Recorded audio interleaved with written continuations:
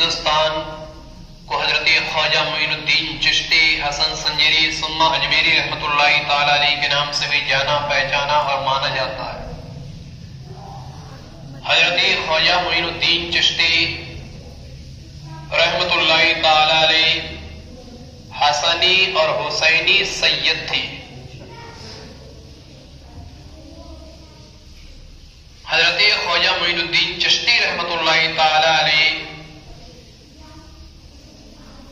یہ وہ عارف باللہ ہیں کہ ان کے مزار پر ہر دھرم کے لوگ، ہر مسلک کے لوگ وہاں پہنچتے ہیں اور خواجہ معین الدین چشتی کے وسیلے سے اللہ کی بارگاہ میں وہاں دعا کرتے ہیں اور اپنے خالی دامنوں کو لے کر جاتے ہیں اور ادھر سے آتے ہیں تو بھرتے ہوئے آتے ہیں۔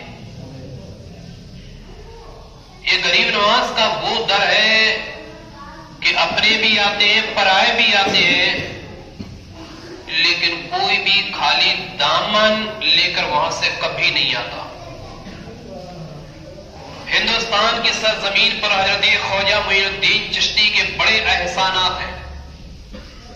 یہ ہندوستان وہ ہے کہ اس کی حفاظت کے لیے حضرت خواجہ معین الدین چشتی دعائیں کیا کرتے تھے۔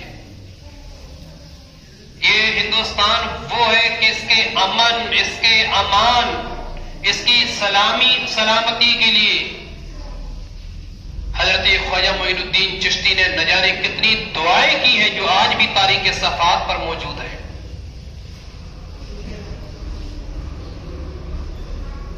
مزارات ہو یا مسجدیں ہو، یہ کبھی بھی کسی غیر کی جگہ پر ہرگز نہیں بنتی۔ جب مسجدیں بنتی ہیں تو یا تو زمین کو خریدا جاتا ہے، امت مسلمین اس زمین کو خریدتی ہے تب اس جگہ مسجد بنتی ہے، یا یہ ہوتا ہے کہ کوئی مسلم اس زمین کو دے دیتا کہ بھائی یہاں مسجد بنا لو تب مسجد بنتی ہے۔ لیکن وواد کی جگہ، جھگڑے کی جگہ، فتنہ اور فساد کی جگہ کبھی بھی مسجد وہاں ہرگز نہیں بنتی۔ اور دوسری کی جگہ پر کسی اور کی جگہ ہو، وہاں تو شریعت ایسے بھی مسجد بنانے کی اجازت نہیں دیتی۔ مزارات اولیاء جو بنے ہو، یا تو مسلموں نے اس جگہ کو خریدا تب وہاں مزارات بنائے، یا ایسا ہوا کہ زمین مسلموں نے جو وقف کی ہے اس زمین پر مزارات اولیاء بنتے ہیں، یا خود صاحب مزار نے وہ جگہ خریدی ہو، ان کی اپنی جگہ ہو، وہ جگہ مزارات بنتے ہیں۔ اسی طریقے سے حضرت خواجہ معین الدین چشتی رحمۃ اللہ تعالی علیہ کا جو مزار ہے وہ کسی کی جگہ پر نہیں بنا، کسی کی زمین کو چھینا نہیں گیا تھا۔ مزار سے پہلے وہاں کوئی عبادت گاہ نہیں تھی، مزار سے پہلے کوئی نہ کوئی عبادت گاہ تھی، نہ کوئی گھر تھا، نہ کسی کی پراپرٹی تھی۔ وہ جو جگہ تھی اپنی، اس جگہ پر حضرت خواجہ معین الدین چشتی رحمۃ اللہ تعالی علیہ کا مزار بنا۔ اسی ہندوستان میں جب حضرت خواجہ معین الدین چشتی حسن سنجری ثم اجمیری رحمۃ اللہ تعالی علیہ، بیٹے ان لوگوں کو چپ کر کہا ذرا یار، آگے لیا سب کو آگے لیا۔ تو جب حضرت خواجہ معین الدین چشتی حسن سنجری ثم اجمیری رحمۃ اللہ تعالی علیہ سنجر سے چلے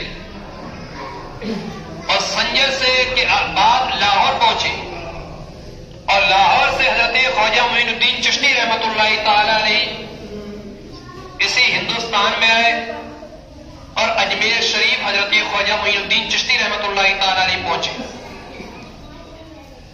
جب اجمیر پہنچتے ہیں حضرت خواجہ معین الدین چشتی رحمۃ اللہ تعالی علیہ، تو ایک تالاب کے پاس بیٹھ گئے۔ اس تالاب کا نام تھا انا ساگر۔ اس کے قریب بیٹھے اور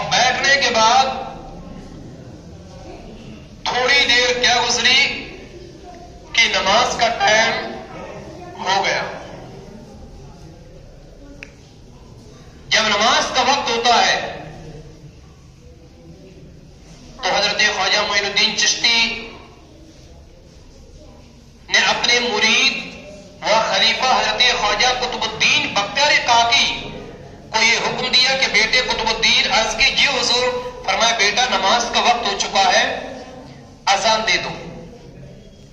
حضرت خواجہ قطب الدین بختیار کاکی نے انا ساگر کی سیڑھیوں پر بیٹھ کر وضو فرمایا، اس کے بعد اذان دینا شروع کی۔ جب اذان حضرت خواجہ قطب الدین بختیار کاکی نے دی ہے تو اجمیر کے لوگ اپنے گھروں سے باہر آ گئے، دروازہ کھولا، اپنے اپنے دروازوں سے دیکھ رہے تھے، کچھ گھر کے باہر آ گئے دروازوں پر اور یہ سوچ رہے تھے یہ کیا ہو رہا ہے۔ حضرت خواجہ قطب الدین بختیار کاکی نے توحید اور رسالت کی صدائے اجمیر کی سرزمین سے جب بلند کی ہے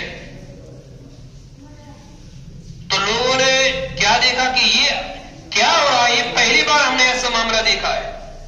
خواجہ غریب نواز نے نماز پڑھانا شروع کی اور سجدہ کرنا شروع کیا تو تب اجمیر کے لوگوں نے یہ کہا تھا کہ یہ کون لوگ ہیں، یہ کسے سجدہ کر رہے ہیں، یہ کس چیز کے آگے سر جھکا رہے ہیں، کیونکہ جب ہم سجدہ کرتے ہیں تو ہمارے بت ہمارے سامنے ہوتے ہیں، جب ہم سجدہ کرتے ہیں تو ہمارے معبود ہمارے سامنے ہوتے ہیں، جب ہم پوجا کرتے ہیں تو ہمارے خدا ہمارے سامنے ہوتے ہیں، لیکن یہ کسے سجدہ کر رہے ہیں، یہ لوگ کس کی عبادت کر رہے ہیں۔ حضرت خواجہ معین الدین چشتی رحمت اللہ تعالی علیہ نے نماز پڑھائی اور نماز پڑھانے کے بعد اور نمازوں کا سلسلہ شروع ہو گیا۔ نماز پڑھاتے رہے، اذان ہوتی رہی، اتنی دیر کیا گزری کہ شام کا ٹائم ہو گیا۔ جب شام کا وقت ہوتا ہے تو راجا کے سپاہی، راجا کے ملازم اپنے اپنے اونٹوں کو لے کر وہاں آ گئے۔ اس دور میں راجا پرتھوی راج تھا، جو دلی کا راجا تھا، اس کے یہاں کوئی اولاد نہیں تھی، پرتھوی راج اس کا بھانجا تھا، اجمیر کی حکومت اسی پرتھوی راج کے سپرد کر دی۔ تو وہاں راجا پرتھوی راج کے ملازمین اونٹ لے کر آئے تو حضرت خواجہ معین الدین چشتی سے کہا، اے بابا فقیر، اس جگہ کو خالی کر دیجیے، یہاں راجا کے اونٹ بیٹھا کرتے ہیں۔ خواجہ معین الدین چشتی رحمت اللہ علیہ نے یہ کہا کہ اور بھی جگہ خالی پڑی ہے، یہاں کسی بھی جگہ بٹھا لے، اگر ہم نے 2 گز کی جگہ لے لی ہے تو اس سے کیا فرق پڑنے والا ہے۔ تو ان لوگوں نے بدتمیزیاں کرنا شروع کر دی کہ بابا فقیر یہاں سے آپ اٹھ جائیے، یہاں سے آپ کو اٹھنا ہوگا، یہاں راجا کے اونٹ بیٹھا کرتے ہو، یہی بیٹھیں گے۔ حضرت خواجہ معین الدین چشتی رحمت اللہ تعالی علیہ نے کہا، قطب الدین، عرض کیجیے حضور۔ فرمایا، بیٹا تمہیں معلوم نہیں ہے راجا کے اونٹ بیٹھا کرتے؟ بیٹا مشکیزہ اٹھا لو، اپنا سامان اٹھا لو، یہاں راجا کے اونٹ بیٹھے ہیں تو بیٹھے رہنے دو، یہاں بیٹھے ہیں تو بیٹھے رہنے دو۔ اس کے بعد دوسری جگہ چلے گئے۔ جب صبح ہوتی ہے اگلی، راجا کے ملازمین اپنے اونٹوں کو اٹھانے آتے ہیں لیکن کوئی اونٹ اپنی جگہ سے ہل تک نہیں رہا تھا۔ سپاہیوں میں ایک ہڑکم مچ گئی کہ آخرکار یہ کیا ہو رہا ہے، یہی تو اونٹ تھے کہ جب ہمیں دیکھا کرتے تھے تو دیکھتے ہی کھڑے ہو جاتے تھے، لیکن آج کیا معاملہ ہے کہ یہ اونٹ اٹھنے نہیں اڑ رہے۔ لوگوں نے اونٹوں کو مارنا شروع کر دیا لیکن اونٹ اپنی جگہ سے نہیں اٹھے۔ جب نہیں اٹھے تو ان میں آپس میں مشورہ شروع ہو گیا، اب کیا کریں کیا ہوگا، کیسے اونٹ اٹھائیں گے، اگر نہیں اٹھے تو یہ تو بھوکے پیاسے مر جائیں گے۔ تو انہی میں سے ایک ساتھی نے اٹھ کے نے کہا، ارے یار تم کو شام کا معاملہ یاد ہے کہ کیوں؟ بولے جس فقیر بابا کو ہم نے اس جگہ سے اٹھایا تھا اس نے یہ کہا تھا کہ راجا کے اونٹ بیٹھے ہیں تو بیٹھے رہنے دو۔ عزیزان محترم، وہ تاریخی جملہ، بولے مجھے ایسا احساس ہو رہا ہے کہ اسی بابا فقیر کی اب دعا تھی، اس نے دعا کر دی، اب یہ اونٹ یقیناً ہمارے اٹھنے سے نہیں اٹھ سکتی۔ بولے پھر کیا کی جائے؟ بولے چلو راجا پرتھوی راج کے پاس۔ اور جب پرتھوی راج کے پاس گئے، پرتھوی راج سے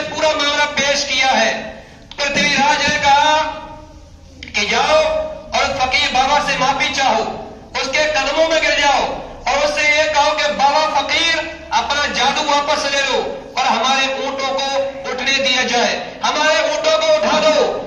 راجا پرتھوی راج نے کہا کہ مجھے یقین ہے کہ جو فقیر ہوتے ہیں وہ جانوروں پر بہت مہربان ہوتے ہیں, اور جب تم پیش کر دو گے, ان سے معافی مانگ لو گے, تو تم یقین جانو تمہارے اونٹ اٹھتے ہوئے نظر آئیں گے. راجا تھا لیکن جانتا تھا کہ اللہ والوں کے اندر کیا تاثیر ہوتی ہے.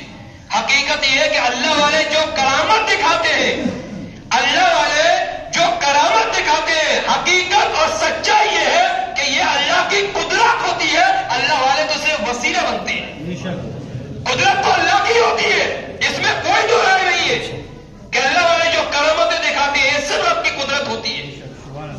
تب لوگ حضرت خواجہ معین الدین چشتی کے قدموں پہنچے.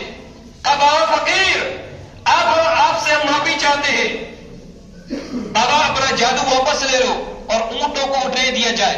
اونٹوں کو اٹھا لو بابا, اگر یہ اونٹ نہیں اٹھتے ہیں تو یہ بھوکے اور پیاس سے مر جائیں گے, آپ اپنا جادو واپس لے لو. حضرت خواجہ معین الدین چشتی نے کہا کہ کل تم نے ہمارے ساتھ بہت بدتمیزی کی, تم لوگوں نے ہمارے ساتھ بدتمیزی کی, بدسلوکی کی تم لوگوں نے ہمارے ساتھ, اور ہم تو اللہ والے ہیں, ہم وہ فقیر ہیں جو رب والے ہیں, اور جو فقیروں کو ناراض کرتا ہے تو سمجھ لو وہ اللہ کو ناراض کرتا ہے. اور تم نے رب کو ناراض کیا, اونٹ بھی تم سے ناراض ہو گئے. اور یاد رکھو آئندہ ایسی کوئی حرکت نہ ہونے پائے. دوسری چیز حضرت خواجہ معین الدین چشتی نے یہ کہا کہ جادو سے ہم فقیروں کا کوئی لینا دینا نہیں ہوتا ہے, ہم تو اللہ والے ہوتے ہیں. جاؤ اور جس اللہ کے حکم سے تمہارے اونٹ بیٹھے ہیں اسی رب کے حکم سے وہ اونٹ کھڑے ہو جائیں گے. جب راجا پرتھوی راج کے لوگ ان کے ملازم جب پہنچے تو اونٹ ان کو دیکھتے ہی پھر دوبارہ پھر کھڑے ہوئے. عزیزان محترم, اس معاملہ کو اجمیر کے تمام لوگوں نے ملاحظہ کیا, تمام لوگوں نے دیکھا. اس کے بعد حضرت خواجہ معین الدین چشتی نے دین کی تبلیغ شروع کر دی. لوگ اسلام سے جڑنے لگے, لوگ اسلام قبول کرنے لگے, لوگ حضرت خواجہ معین الدین چشتی کے اندر دلچسپی لینے لگے, ان سے قریب ہونے لگے, ان کے پاس آنے لگے, ان کی باتیں سننے لگے. بالآخر ایسا بھی معاملہ پیش آتا ہے کہ جب حضرت خواجہ معین الدین چشتی نے اجمیر کی سرزمین پر توحید اور رسالت کی جب تبلیغ شروع کی ہے تو لوگ پھر گئے راجا پرتھوی راج کے پاس کہ حضور اپنا دین, اپنا مذہب, اپنا مسلک خطرے میں ہے. اجمیر کے اندر ایک بابا آیا ہوا ہے جو اپنے دین, اپنے مذہب کا پرچار کر رہا ہے اور لوگ اس سے جڑ رہے ہیں, اپنا دھرم چھوڑ چھوڑ کر اسلام قبول کر رہے ہیں,